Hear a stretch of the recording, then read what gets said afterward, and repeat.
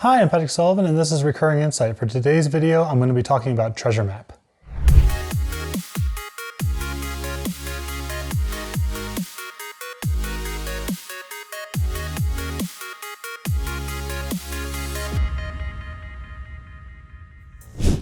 Treasure Map is one of my favorite designs of all time, and definitely my favorite design of maybe the last 2 or 3 years. There's just so much good stuff going on here, from the flavor to the gameplay on multiple axes. So I really enjoyed unpacking this one, and I hope you do as well. When I spoke about Giant Growth, I mentioned that many game designers would give it their vote as the best design of all time. And I don't know if I would go that far, and I don't think I would give it a Treasure Map either. It's a little too long and cumbersome for that, but it's on my shortlist. I could go on forever about this one. For starters, the story is incredible. I think that you could show Treasure Map to someone who doesn't play Magic, and they would be able to very easily piece together the story that's being communicated. Also, in terms of a card transforming from one thing to another, you can't do a whole lot better than a treasure map becoming a treasure cove that you discovered. For example, take Azcanta.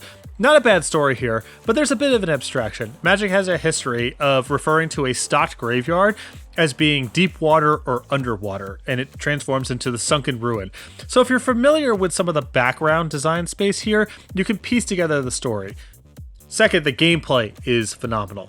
It gives the user a bunch of really satisfying options. There aren't a whole lot of options more satisfying than Scribe. It's something that's really fun for a lot of Magic players. Even the timing of the card, like, do I want to use it on my own upkeep to improve my draw? By using the mana, am I cutting off the best draw step available to me? That's all really, really fun. So it's good early in ways that are satisfying, good late in ways that are satisfying, but there's no optimal point to have it. It also just becomes something different. Even though scrying isn't the most invasive thing, the same card getting activated over and over again and the same result happening is kind of boring, even if it's self-contained.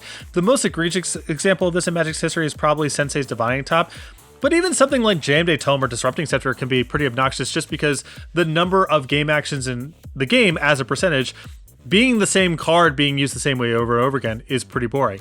The fact that there's a moment where it dramatically transforms into something else, becomes an entirely different game object with new context and new powers, means that it's intrinsically less repetitive than cards with activated abilities that don't go anywhere.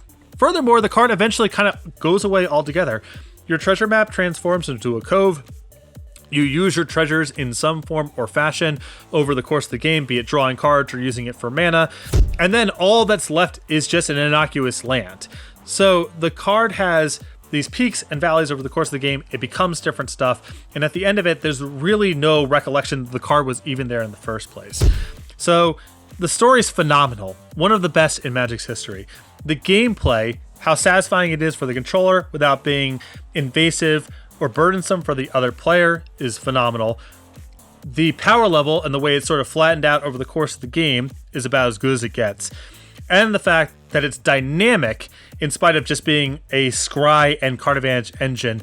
Treasure Map is, I believe, one of Magic's best designs of all time, full stop. So that was Treasure Map, and this is Recurring Insight. A couple things you can do from here. Make sure you're subscribing to the Star City Games YouTube page, both for this and a bunch of other podcasts and videos that we put out there. If you enjoyed this, feel free to like or leave a comment. I gotta say, y'all have been doing a great job just banging on those algorithms, the thumbs up, the comments. It's obvious that all of you are taking it upon yourself to juice the numbers, which I really, really appreciate. And make sure to tune in next week where I follow up this video, one of my favorite designs of all time, with what might actually be the worst.